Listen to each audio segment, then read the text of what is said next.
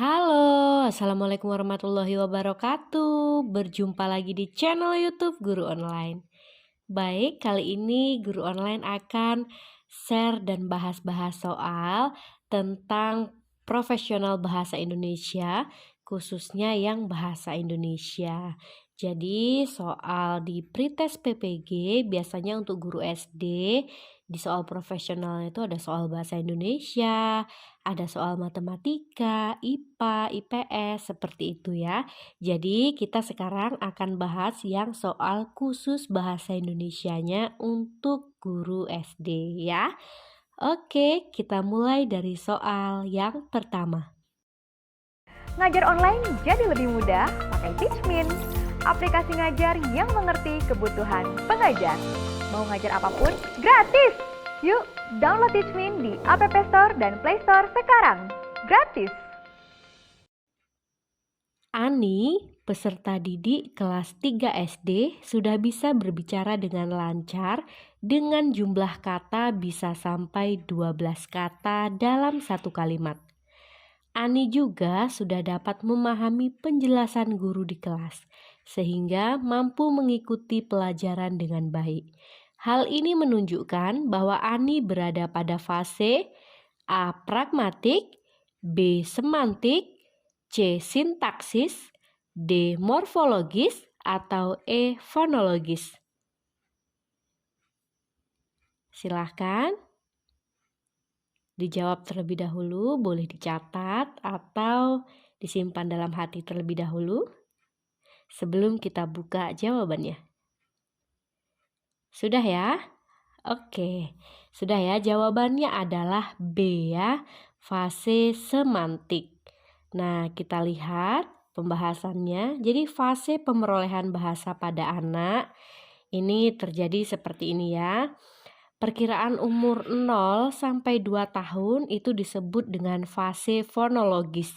Jadi anak bermain dengan bunyi-bunyi bahasa, mulai mengoceh sampai mengucapkan kata-kata sederhana. Sedangkan perkiraan umur 2 sampai 7 tahun itu disebut fase sintaksis. Jadi anak menunjukkan kesadaran gramatisnya, berbicara menggunakan kalimat seperti itu. Dan perkiraan umur 7 sampai 11 tahun itu fase semantik. Jadi anak dapat membedakan kata sebagai simbol dan memahami konsep yang terkandung di dalam kata itu sendiri. Nah, Ani kan di situ dijelaskan di soal adalah kelas 3 SD. Jadi perkiraannya umur sekitar 9 tahunan.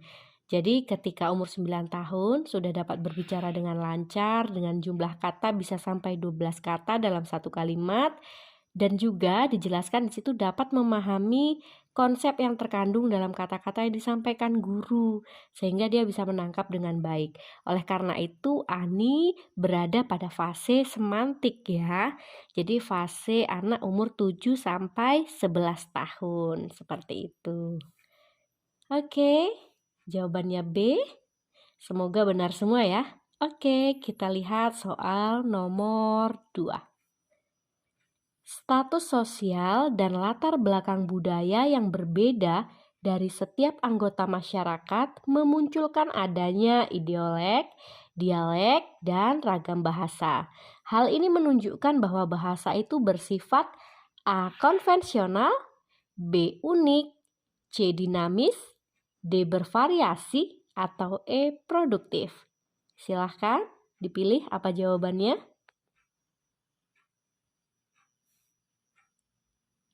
Sudah ya? Oke, kita lihat jawabannya. Nah, jawabannya adalah D. Bervariasi ya. Jadi setiap anggota masyarakat itu kan tentunya terdiri dari berbagai status sosial dan latar belakang budaya yang tidak sama ya. Sehingga bahasa yang digunakan pun akan menjadi bervariasi. Nah, jadi 3 istilah dalam variasi bahasa itu ada ideolek, itu ragam bahasa yang bersifat perorangan. Ada dialek, variasi bahasa sekelompok anggota masyarakat pada suatu tempat atau suatu waktu ya. Dan yang ketiga adalah ragam, yaitu variasi bahasa yang digunakan dalam situasi tertentu. Misalkan pada ragam baku atau ragam tidak baku. Misalkan kalau dalam rapat biasanya pakai ragam baku seperti itu ya. Jadi munculnya variasi bahasa seperti itu menunjukkan bahwa bahasa bersifat bervariasi. Oke. Betul ya? Semoga betul. Dan kita lihat soal nomor 3. Proses pembentukan kata pertanggungjawaban berasal dari A. Tanggung jawab ditambah konfiks per an, B. Pertanggung tambah jawaban, C. Pertanggung jawab plus akhiran an, atau D. Pertanggung jawaban, atau E. Per plus tanggung plus jawab plus an plus akhiran an, seperti itu. Silahkan dilihat. Jadi proses pembentukannya seperti apa, dipilih sendiri A, B, C, D, atau E. Proses pembentukan kata pertanggungjawaban. Sudah ya? Sudah dipilih? Oke, kita lihat jawabannya yang benar. Nah, oke, jawabannya yang benar adalah A ya. Jadi proses pembentukan kata pertanggungjawaban itu berasal dari kata majemuk tanggung jawab sebagai bentuk dasarnya atau sebagai bentuk kata dasarnya dan ditambah konfiks per dan an. Jadi pertanggungjawaban seperti itu ya. Oke, kita lanjut ke soal nomor 4. Mantan pejabat itu duduk di meja hijau untuk mempertanggungjawabkan perbuatannya. Meja hijau pada kalimat di atas bermakna A. Denotatif, B. Konotatif, C. Leksikal, D. Gramatikal, atau E. Asosiatif. Silakan dipilih jawabannya. Pada kata meja hijau ya.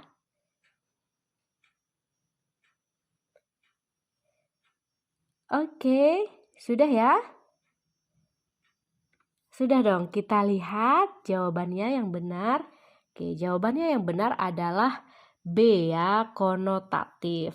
Berarti meja hijau pada kalimat mantan pejabat itu duduk di meja hijau untuk mempertanggungjawabkan perbuatannya, itu mengandung makna konotatif. Oke, kalau kita lihat makna denotatif adalah makna dasar, umum, apa adanya, dan tidak mencampuri nilai rasa ya di dalamnya. Sedangkan makna konotatif adalah makna yang berupa kiasan atau yang disertai nilai rasa dan ada kriteria tambahan yang dikenakan pada makna konseptualnya. Sedangkan makna leksikal adalah makna yang seperti ada di dalam kamus seperti itu. Kalau meja hijau ya berarti meja hijau seperti itu. Sedangkan makna gramatikal adalah makna yang diperoleh dari hasil peristiwa tata bahasa. Jadi misalkan ada sudah ditambahin afiksasi seperti itu ya. Kalau makna asosiatif adalah makna yang dihubungkan dengan nalar di luar bahasa seperti itu. Oke. Kalau kita fokus kepada meja hijau di kalimat mantan pejabat itu duduk di meja hijau, itu berarti mengandung makna konotatif ya. Oke, kita lihat soal selanjutnya. Soal nomor 5. Kata-kata berikut yang bukan kata sifat adalah A. Cemerlang, B. Pahit, C. Terlantar, D. Rata, atau E. Sakit. Silakan dipilih kata yang bukan ya, yang bukan kata sifat. Silakan dipilih, sudah ya? Oke, kita lihat jawabannya. Jawabannya adalah C ya, terlantar. Jadi kata sifat atau adjektiva adalah kata yang menyatakan sifat atau hal keadaan pada suatu benda. Kata sifat juga diartikan sebagai kata yang menerangkan kata benda. Dan pada umumnya kata sifat ini dapat bergabung dengan kata lebih dan sangat. Kita coba ya. lebih cemerlang atau sangat cemerlang, bisa ya. Pahit, misalnya sangat pahit, bisa. Sangat rata, bisa. Sangat sakit, lebih sakit, oke, bisa ya. Jadi yang tidak pas adalah sangat terlantar, lebih terlantar, oke. Bukan ya, jadi yang bukan adalah terlantar. Jadi kata yang tidak pas atau yang tidak bisa digabung dengan kata lebih dan sangat itu terlantar, karena terlantar termasuk kata kerja. Oke, seperti itu. Kita lanjut. Nah, ini ada PR. Kita lihat soalnya, silahkan nanti jawabannya ditulis di kolom komentar ya. Seperti biasa, jawaban yang benar akan saya beri tanda hati. Oke, kita lihat soalnya. Pada kalimat Adi memiliki hobi memelihara ikan, hiponim kata ikan adalah A. Hewan, B. Hewan berinsang, C. Hewan air, D. Penjual ikan, atau E. Ikan tuna. Silahkan dijawab di kolom komentar. Oke, sudah ya? Baik, sampai di sini dulu video bahas-bahas tentang soal profesional untuk guru SD, dan khususnya ini adalah soal mengenai materi bahasa Indonesianya, seperti itu ya. Saya doakan semoga lancar pretest nanti dan membuahkan hasil yang luar biasa. Saya akhiri, wassalamualaikum warahmatullahi wabarakatuh.